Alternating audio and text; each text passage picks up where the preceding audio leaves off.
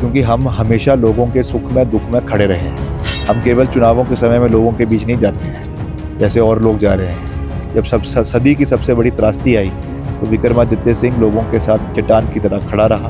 मेरी लड़ाई किसी भी अभिनेत्री से नहीं है। मेरी लड़ाई मंडी संसदीय क्षेत्र को हिमाचल का नंबर 1 संसदीय क्षेत्र बनाने की है। कि लंगड़ी किसको पड़ी।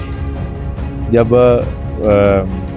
वहाँ पर चेल चौक में कार्यक्रम था तो लंगड़ी तो जयराम जी को लगी, वो आगे निकल गई मैडम, और जयराम जी बेचारे पीछे गिर गए। तो हमारी उनके साथ संवेदनाएं हैं। वो भी पहाड़ी है, मैं भी पहाड़ी हूँ। मैं उनका बहुत मान सम्मान करता हूँ। और अगर मैंने तो पहले भी कहा, वहाँ मजाक में कहा कि अगर ये कहीं गलती से जीत गई तो अगली बारी जयराम जी मुख्यमंत्री नहीं बन पाएंगे, क्योंकि सीधे डायरेक्ट बातें जो है वो अमित शाह से और मोदी जी से होती है।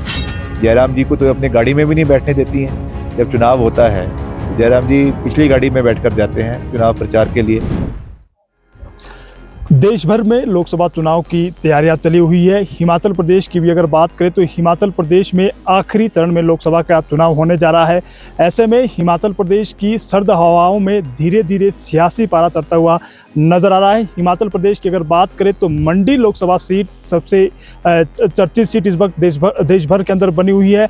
और मंडी सीट से कांग्रेस प्रत्याशी व प्रदेश सरकार में सबसे युवा मंत्री विक्रमादित्य सिंह इस वक्त हमारे साथ बातचीत करने के लिए है।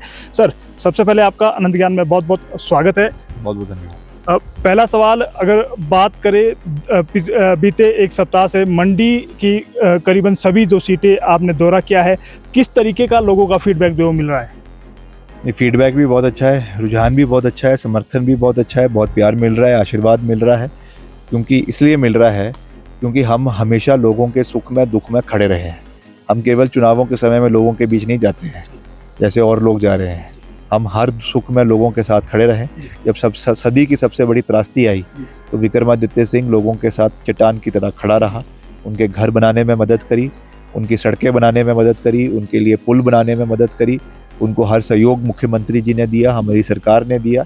और इसलिए लोग प्यार करते हैं, लोगों का आशीर्वाद है, और इस आशीर्वाद के बलबूते हम इस चुनाव को जीतेंगे। आपके खिलाफ अगर बात करें तो भाजपा ने इस बार बॉलीवुड से अभिनेत्री को चुनावी मैदान में उतारा है। कितनी चुनौती उनको मानते हैं या भाजपा से सीधा मुकाबला है? मेरी लड़ाई किसी भी अभिनेत्री से नहीं है। मेरी लड़ाई मंडी संसदीय क्षेत्र को हिमाचल का नंबर 1 संसदीय क्षेत्र बनाने की है। मेरी लड़ाई वहाँ पे स्मार्ट सिटी लाने की है। मेरी लड़ाई मंडी संसदीय क्षेत्र के अंदर 2 महत्वपूर्ण टनल, भूभू जोड़ टनल और साथ में जलोड़ी जोड़ टनल, इसको बनाने की है। सैनिकों के लिए पूर्व सैनिकों की लड़ाई लड़ने की है, OROP की लड़ाई लड़ने की है। वहाँ पे IIT के और एक्सपेंशन की लड़ाई है।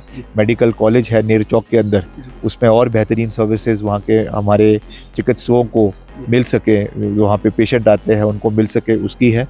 बाकी भाजपा जिसको भी टिकट दे उससे हमको कोई फ़र्क नहीं पड़ता है। बार बार अगर बात करें, पूर्व मुख्यमंत्री दावा कर रहे हैं कि विक्रमादित्य सिंह के खिलाफ साजिश रची जा रही है।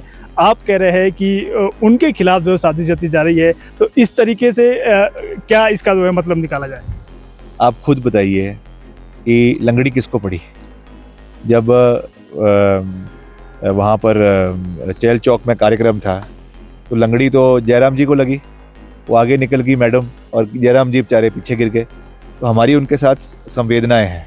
वो भी पहाड़ी है, मैं भी पहाड़ी हूँ। मैं उनका बहुत मान सम्मान करता हूँ।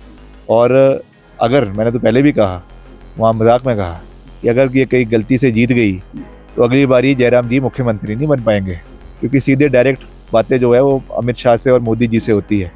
जयराम जी को तो अपनी गाड़ी में भी नहीं बैठने देती हैं। जब चुनाव होता है तो जयराम जी पिछली गाड़ी में बैठकर जाते हैं चुनाव प्रचार के लिए। तो अगर आज ये हालात है तो आगे क्या होगा, उसका अनुमान मंडी संसदीय क्षेत्र की जनता भी लगा रही है और प्रदेश की जनता भी लगा रही है। भाजपा की अगर बात करें तो भाजपा राष्ट्रीय स्तर पर दावा कर रही है कि 400 पार, हिमाचल में 4 की 4। कितने दावे में आप जो है वो दम उनकी मानते हैं? उनका जो नारा है वो रहेगा दक्षिण में साफ और नॉर्थ में हाफ, ये रहेगा इस बारी। क्योंकि जिस तरीके से हालात बने हुए हैं, जिस तरीके से पूरे तरीके से एक्सपोज हो चुके हैं, अब इनका कुछ बचा नहीं है। इसलिए आखिरी जो है, जो डूबते को जो है तिनके का सहारा, वो हाल है। तो अब ये केवल नारे के बलबूते चले हुए हैं। इन्होंने लोगों को जो है जिस तरीके से प्रताड़ित किया है, जिस तरीके से बेरोजगारी चरम सीमा पर है, सारे के सारे एयरपोर्ट, सारे के सारे शिपिंग पोर्ट एक ही परिवार, एक ही कंपनी अदानी को दे दिए गए हैं। पूरा का पूरा देश अदानी को गिरवी रख दिया गया है। इस हालात की आज जनता जाग चुकी है और इनका नारा पूरे तरीके से हवा निकल चुकी है। और जो ये नारा दिया है उसका आधा भी ये पार कर ले, वो भी बहुत बड़ी बात होगी। नामांकन की तिथियां नजदीक आ रही है, आप कब नामांकन करेंगे और कौन बड़े 9 तारीख को मैं नामांकन भरूंगा।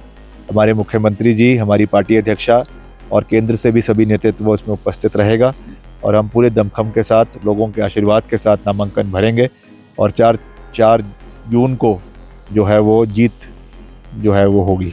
जीत के लिए आश्वस्त नजर आ रहे हैं, जीत का अंतराज बता दीजिए। कॉन्फिडेंस है, लोगों का काम किया है।